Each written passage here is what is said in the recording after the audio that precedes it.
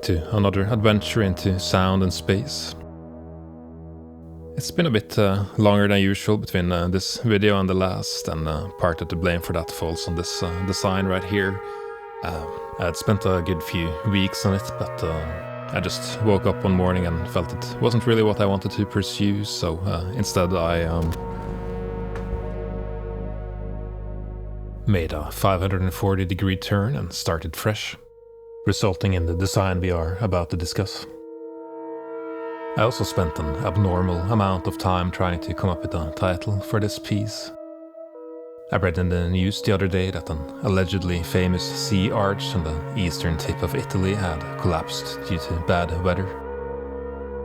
Large parts of southern Adriatic Italy's coastline are composed of limestone and other Mesozoic carbonate platform rocks, which, due to erosion, has been shaped into coves and headlands. This has no direct connection to the topic of this video, except that the news of this broke just hours after I had come up with the title for this piece, namely Worn Limestone Headlands.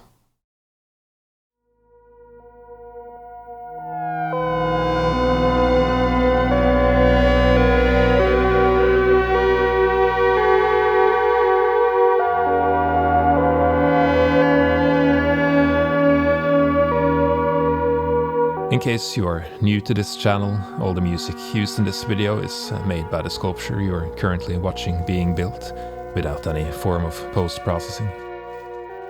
If you want to know what it looks like, you'll either have to wait or skip directly to the end, where there is a little showcase video of the finished work. You might wonder what it actually is too, on a more fundamental level anyway. And maybe I haven't really ever explained that properly in any of my videos, so here goes. It is primarily a sound sculpture that generates music in real time entirely by itself, without any external input, on the basis of roughly 800 lines of code running on a microcontroller. This is generally referred to as algorithmic composition, meaning that there are sets of conditions or rules in the program which can involve a variable degree of stochastic or random processes that make the music behave in a non-deterministic way. It basically means that the music can go in a lot of different and sometimes unexpected directions, although still constrained by whoever wrote the algorithm. But it doesn't have to be computer-based. Even the Wikipedia article on algorithmic composition notes that voice leading in Western counterpoint can be regarded as algorithmic, and that somewhat painfully reminds me of the 15th century counterpoint classes I had to take at the conservatory, where we, with the help of a few strict internalized rules, were able to construct 4-part harmonies out of single melodic lines. These rules were probably used and developed organically by the composers themselves, before later being formalized in treatises by Renaissance music theorists. There is an important distinction between these earlier versions of algorithmic composition and computer music from the 20th century, namely in the way the result is intended to be presented. While computers could also be used to generate procedural scores for humans to perform, a piece of computer music is generally intended to be performed by the computer, based directly on the underlying algorithm, and perhaps even in real time. So, the biggest difference between these two approaches really comes down to interpretation.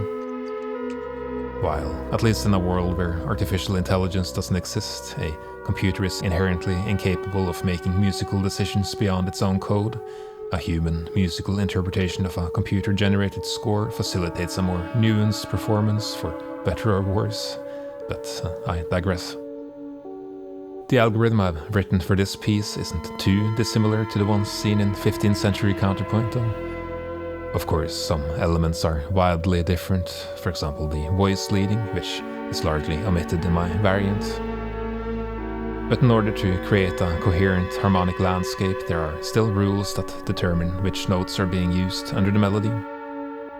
There are grey zones here that I won't get into, but what I will do is to try to explain how the manifestation of the actual music is done in this project, although that will have to wait until the last chapter.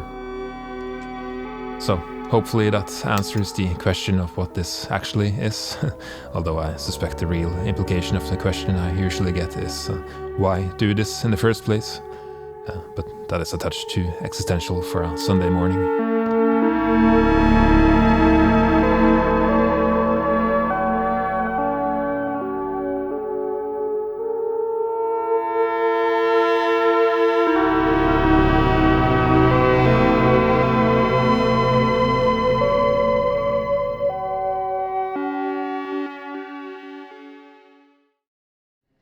To truly understand how an algorithm is translated into music, we also need to understand which elements constitute a musical sound. In many conventional frameworks, a musical sound, or any sound really, can be broadly defined by pitch, duration, amplitude and timbre, and further condensed into spectral, temporal and dynamic organization and transformation. These elements essentially represent a set of hypothetical parameters to be manipulated individually in order to shape a sound. In subtractive synthesis, which we will get back to in a minute, these spaces are covered by the basic building blocks of oscillators, envelope generators, voltage-controlled amplifiers and filters, all which are components that come with quite literally controllable variables that allow us to decide how a sound is to be formed. In his book on sonic art, Trevor Wishart describes how Western notation of music quantizes pitch, duration, amplitude and timbre into points on a grid, which he refers to as lattice sonics. The fundamental criticism against the lattice in traditional notation is that it is incapable of encompassing the full gamut of possible sounds, such as the formation of gestures, utterances and complex timbres. Instead, he takes a more experiential approach and proposes alternative ways to think about and analyze sound. This is a bit of a tangent, so if you wish to explore the world beyond lattice sonics, I'd recommend you check out this book, which, at least in certain circles, is a highly regarded attempt at formalizing the morphology of sounds beyond traditional classification. Just keep in mind that much of the content was formulated nearly 50 years ago. Subtractive synthesis is, in essence, the creation of new sounds by removing partials, that is, any single sine wave component of a more complex signal, from existing source material, like a sawtooth or a square wave. Every sound has a specific structure of partials with varying amplitudes that is largely responsible for each sound's particular character. The partials of a sawtooth wave are all integer multiples of the fundamental frequency, meaning that through subtractive synthesis you are able to generate a vast amount of timbres with strategically placed filters. In contrast, additive synthesis is the creation of sounds by constructing series of partials with varying amplitude into the desired sound, essentially building it from the ground up. This is often used in digital synthesizers and in resynthesis of known sounds with computers with the help of FFT analysis, but that is way beyond the scope of this video. There is one more thing I'd like to cover before we get into more practical terminology. It's a term I have used previously and I will use a lot more as the video goes on, namely the voice. If you imagine pressing a key on a synthesizer keyboard, a voice constitutes all the elements that are initiated by the pressing of said key. A traditional synthesizer voice typically includes two similarly tuned oscillators, an envelope, a voltage-controlled amplifier and a filter, and in polyphonic synthesizers such as the Jupiter 8 or CS80, there are 8 voices, meaning that 8 keys can be pressed simultaneously, each producing its own distinct pitch associated with the key being pressed. This is in principle not too far away from how the voices in this project is organized, but there are a couple of distinctions.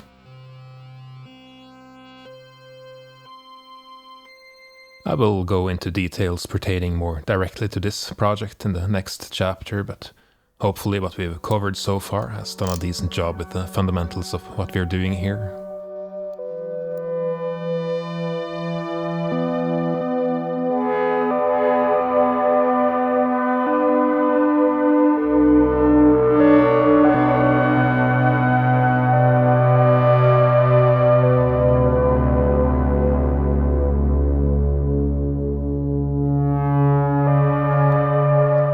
Direct transformation of an algorithm into a musical composition can be defined by how the unique synthesized voices are created or realized.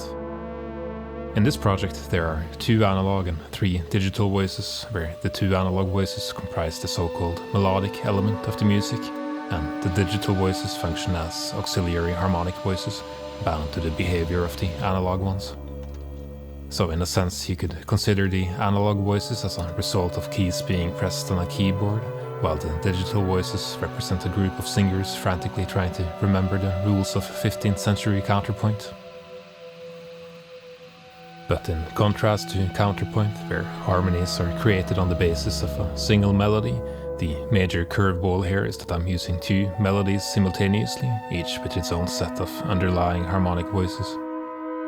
These 2 melodies are created at the initialization of the program by filling arrays with random values quantized to musical notes. The values in these arrays get swapped out as time passes, creating a sense of melodic and subsequently harmonic progression. It essentially works the same way as sequencers in synthesizers, except that my algorithm is written to not be constrained by a metronome, but rather to promote and embrace temporal fluidity. I mentioned in the previous chapter that there are a couple of quirks in the way my synthesizer voices are set up. First, I only use 1 oscillator per voice, so in isolation each voice lacks the inharmonic interference present in more conventional voices with 2 slightly detuned oscillators. This is solved by using a wobbly stereo delay on the output bus, which essentially creates the same effect and more at a lower cost for the CPU.